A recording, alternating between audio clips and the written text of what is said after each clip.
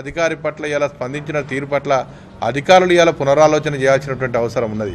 ఎందుకంటే అటువంటి అధికారి పట్ల వారు చేసినటువంటి తీరు పట్ల మేము ఇలా తీవ్రమైనటువంటి నిరసనను వ్యక్తం చేస్తా ఉన్నాం.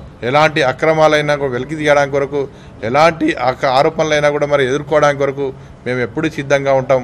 కానీ ఇలా ఆరోపణల పేరుతోటి, ఆక్రమణల పేరుతోటి ఉద్యోగస్తులను వేధించొద్దని మాత్రమే ఇలా మేము విజ్ఞప్తి చేస్తా ఉన్నాం.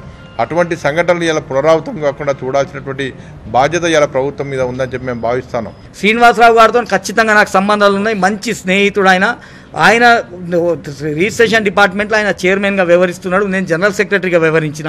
నాకు ఆ సంబంధం ఉంది. నేను దాన్ని ఎక్కడ కూడా తప్పుపట్టలే. మీరు ఇప్పటికైనా నేను అదే మాట మీద ఉన్న రైటింగ్లో పెద్దలు అడిగితే రాసిస్తారా అన్నా కానీ నేను బరాబర్ అని చెప్పిన. అంటే నేను ఒకవేళ మనసులో నాకు తప్పు ఉంటే ఆ మాట చెప్పకపోయేది. మీరు ఎట్లా మీకు విచారించాలనుకున్నా మీరు విచారించండి. కానీ కొంతమంది చలామణి అవుతున్న వాళ్ళు ఈ దాడులు చేయించే ప్రయత్నం చేస్తున్నారు.